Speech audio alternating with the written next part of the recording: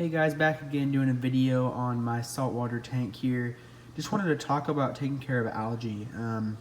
Initially I had a huge issue with algae in this tank.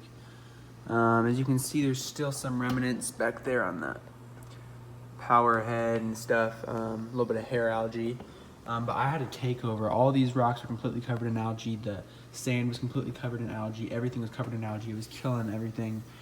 It kills the coral too, because coral need the light to live, and it was just covered in the coral, so it was really sucking away that lighting for them and killing them.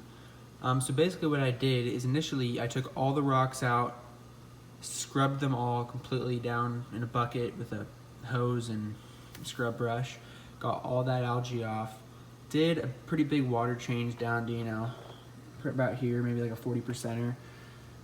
Took out all the power heads, filters, everything, scrubbed it all down, make sure there's not another speck of algae. Then the sand, I stirred it all up, and all the algae was floating around in the tank, and I just took my siphon and tried to suck as much as possible. I reduced my hours down by 2 hours, so I'm only running this thing from like 5 to 9:30, so like 4.5 hours of light, and it has not come back. As you can see, there's still a little bit. It does come back super slowly, but as long as you just keep up on that small amount of algae, it'll never take over the tank again. So as soon as I see any algae on any rock or anything, I make sure to get it out of there and scrub it. I do that pretty much weekly, and then it'll never come back. The other thing that really helps is getting hermit crabs. You can see one back there. Get out of the way, clown. There's one in the back on that rock. I put 20 in here. I bought 20 hermit crabs and 20 snails.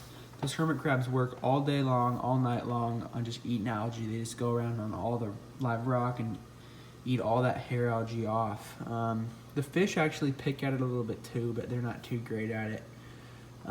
If you're having issues, I also have a shrimp in the back. You can see one of his tentacles back here. He always hides.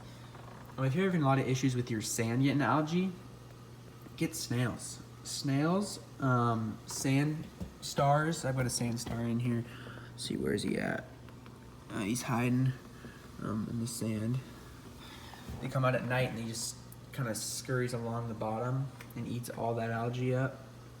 Blennies are good. The pain with blennies is they stir up the sand like this. See the bottom. I don't have any blennies in here. The clown actually is doing that, but the blennies make little hills and they just really stir up the sand.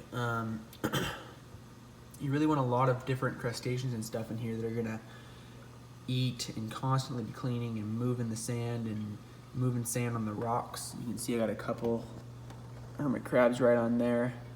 But yeah, so basically you got a whole bunch of algae in your tank right now. Get all those rocks out, scrub them. I know it's a pain in the butt, it took me hours, but that's what you gotta do. Clean the walls, clean everything, put everything back in. And then really reduce that light. Make sure you got your protein skimmer clean. If you got a cartridge filter or anything down below, like a sump, make sure you clean all the algae out of that, because algae will just live inside of there and circle right back into your tank as soon as you clean out your tank.